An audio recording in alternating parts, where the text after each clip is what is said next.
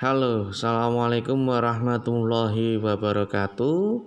Selamat pagi anak-anak semuanya. Kelas 11 OTKP. Untuk pagi kali ini kita akan membahas materi yang kemarin sudah diberikan ya tugasnya. Ini kita masuk di kelas 11 OTKP di materi ini yang terakhir ya.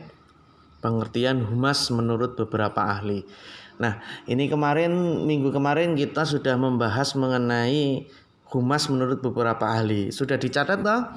Sudah ada yang mengirim tapi masih ada yang belum ini. Ya, kita masih menunggu, nggak usah khawatir. Yang belum silakan dikirim, cuman nilainya kan berbeda antara yang kemarin mengirim dengan yang nanti menyusul mengirim untuk tugasnya ini. Kan materi sudah dijelas ya tugasnya, poinnya 100, hanya membaca materi dan fokus tentang pengertian humas saja dicatat. Nah, ini lampirannya di sini. Di sini isinya mengenai materinya. Wah, ini harus dibuka dulu.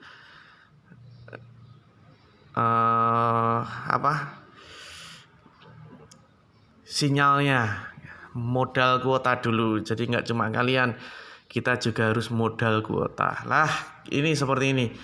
Kemarin sudah dibaca kan? Sudah dipahami toh? Mengenai pengertian humas. Humas itu apa toh? Nah, di sini kita bahas dulu aja, santai aja. Hari ini kita cuma membahas saja. Saya cuma menekankan kembali mengenai apa itu pengertian humas, kemudian nanti disambung dengan materi berikutnya. Yang pertama mengenai pengertian humas. Pengertian humas di sini adalah secara umum salah satu bagian dari organisasi yang berfungsi untuk melakukan interaksi hubungan dan kerjasama dengan masyarakat yang terkait dengan organisasi tersebut. Jadi humas itu adalah bagian dari organisasi yang fungsinya untuk apa? Ya tentu untuk menjembatani, untuk berkomunikasi antara perusahaan itu sendiri atau organisasi itu sendiri dengan mungkin khalayak yang ada di dalamnya ataupun berinteraksi dengan organisasi lain atau mungkin masyarakat yang di luar organisasi tersebut atau perusahaan tersebut ya. Kemudian itu secara umum ya. Saya membahasnya yang secara umum. Kalau secara pengertian beberapa kalian bisa baca-baca sendiri, intinya sama, hanya ini conclusionnya atau kesimpulannya. Jadi humas itu memang bagian dari organisasi yang berfungsi untuk melakukan interaksi, hubungan dan kerjasama dengan masyarakat yang terkait dengan organisasi tersebut. Contohnya di SMK Batur Jaya 2. Di SMK Batur Jaya 2 ini juga ada humas atau tidak? Ada ya. Di sini ada Waka yang namanya Waka Hubdudi. Nah, Waka Hubdudi itu siapa? Siapa ayo? Masih ingat apa enggak? Kalau tidak ingat, bahaya ini. Silahkan kamu cari tahu mengenai Waka Hubdudi kita di SMK Batur Jaya 2 siapa? Bisa dicari di link di channel YouTube-nya SMK Batur Jaya 2. Di situ ada materi MPLS mengenai ketenagaan. Kamu buka di situ, cari nih tugas yang pertama, nanti kamu harus komen di bawah nama kamu, kemudian kamu sertakan jawaban yang pertama nomor 1 siapa Hubdudinya, namanya siapa ya. Jadi contohnya kita kembali lagi ke tema ini ya. Contohnya di SMK Batur Jaya 2 ini ada Waka Hubdudi.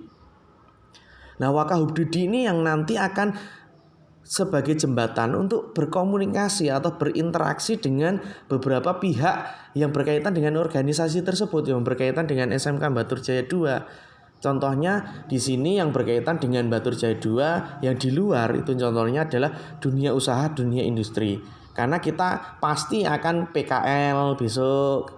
Kalian akan PKL, bekerja sama dengan pihak-pihak luar kan, ada di SMP, ada di pabrik, ada di kantor, ada di mana-mana. Lah itu nanti tugasnya dari humas itu atau Hubdudi kalau di tempat kita, yang akan berkomunikasi dengan organisasi-organisasi yang lain. Contohnya nanti kalian akan kunjungan industri. Nah, kunjungan industri itu kan juga berhubungan dengan pihak luar. Lah itu yang namanya tugas dari Hubdudi, hubungan dunia usaha dan industri. Kalau di sini hampir sama dengan humas. Hubdudi sama dengan humas ya. Tugasnya memang sama. Tapi kalau di perusahaan-perusahaan yang bonafit, yang perusahaan yang memang bagus itu humas itu memang penting sekali. Contohnya dalam rangka untuk berkomunikasi dengan pihak luar, dengan konsumen, dengan klien, dengan masyarakat sekitar, dengan yang lain-lain. Itu perlu ada bagian sendiri yang mengatur mengenai komunikasinya. Lah itulah humas.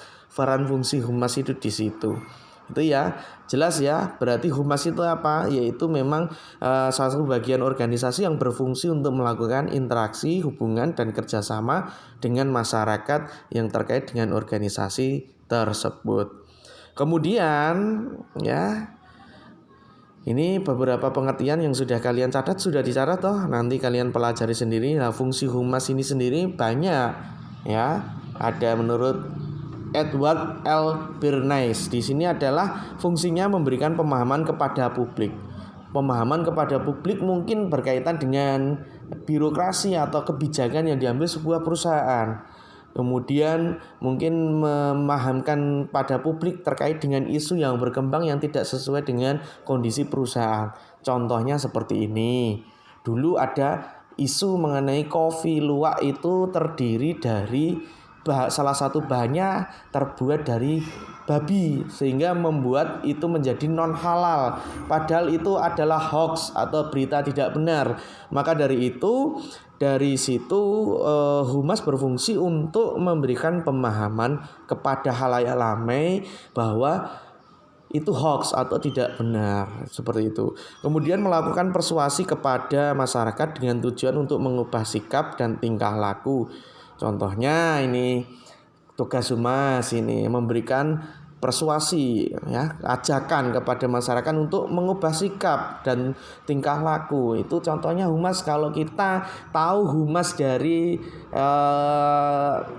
Kementerian Kesehatan yang sekarang ini ada juru bicara ya, jubirnya ya, jubir COVID-19. Siapakah dia? Nah, ini tugas yang kedua. Kalian nanti tulis jawaban yang kedua, siapakah juru bicara COVID-19 yang sering muncul di televisi? Tulis saja. Yang terkenal itu ada 2. Siapa itu dengan siapa? Tulis di situ. Lah contohnya di situ dia melakukan persuasi atau mengajak seseorang masyarakat khalayak umum untuk tetap mentaati protokol COVID-19, yaitu jaga jarak, cuci tangan, dan pakai masker. Seperti kalian juga harus, kalau di rumah nggak usah, tapi kalau mau keluar dan lain sebagainya, saya harapkan untuk tetap mematuhi protokol kesehatan itu. Jaga jarak, pakai masker, kemudian rajin cuci tangan. Itu ya. Nah, kemudian yang berikutnya, humas ini fungsinya adalah berupaya untuk menyatukan sikap perilaku publik agar sesuai dengan sikap atau perbuatan sebuah lembaga atau sebaliknya. Jadi di sini meyakinkan, tugas humas itu meyakinkan supaya masyarakat atau khalayak ramai itu bersikap sesuai dengan apa yang diinginkan oleh perusahaan tersebut. Nah, itu fungsi humas. Kemudian tujuan humas tentunya meminta atau meningkatkan dukungan, bantuan, dan partisipasi supaya dalam bentuk sarana prasarana supaya untuk memudahkan mencapai tujuan. Kalau sudah didukung masyarakat, insya Allah tujuannya tercapai gitu ya. Kemudian menciptakan rasa tanggung jawab masyarakat terhadap berlangsungnya program organisasi. Yang berikutnya melibatkan publik dalam menyelesaikan masalah, membuat dan mengembangkan pencitraan yang baik untuk organisasi. Jadi tugas humas itu salah satunya adalah membuat citra atau membuat penampilan sebuah perusahaan atau organisasi itu baik di mata khalayak ramai. Kemudian yang terakhir di sini tujuannya itu adalah tentunya untuk memperluas jaringan, memperluas jangkauan pelanggan. Kalau sudah saling memperluas atau sudah luas, insya Allah eksistensi dari perusahaan atau organisasi tersebut akan menjadi sering lebih berkembang dan lebih maju. Itu aja untuk hari ini anak-anak, yaitu kita tambah mengenai fungsi humas dan tujuannya. Silahkan kalian pahami materi ini lagi, dan jangan lupa kalian komen di bawah untuk di Google Classroom-nya ya, jangan di YouTube-nya ya, di Google Classroom-nya nama kalian dan 2 jawaban tadi. Yang pertama tadi, siapa Hub Dudi SMK Batu Jaya 2. Yang kedua adalah siapa juru bicara COVID-19 untuk pemerintah yang sering muncul di televisi. Itu aja dari kita. Kita ketemu lagi untuk materi humas berikutnya di minggu yang akan datang.